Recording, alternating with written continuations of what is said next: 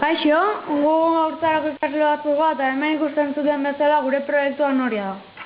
Noria egiteko material asko erabilitugu, esate baterako, egurra, noria egiteko, noriaren zutabeak, oinarriak eta inguruko dena egiteko, altzairuzkoak dira eskuairak, tirafonduak, azkoinak, gantxuak, noriaren ardatza eta biradera, eta plastikozkoa dira berriz, poleak eta noriaren eserlekoak.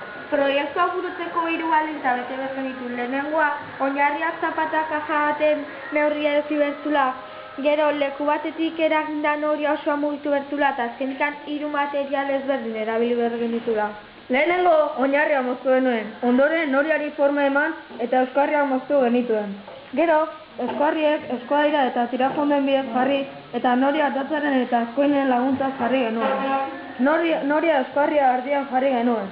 Geroxeago polea handia jarri genuen azkoinekin lotuta. Hau bukatu eta gero, metodo berdina erabili genuen, baina ardatzaren ordez polea txikia jarri genuen. Eta azkenik, originaltasuna emateko sarrera, kartela eta txureria jarri genituen. Noria egiteko bi arazo nagusi eduki genituen. Bat zen ez ginela ados jartzen eta bestia zulo gehiegin genitula, minot disimulatzeko ja pegatina batzuk jarri genizkion.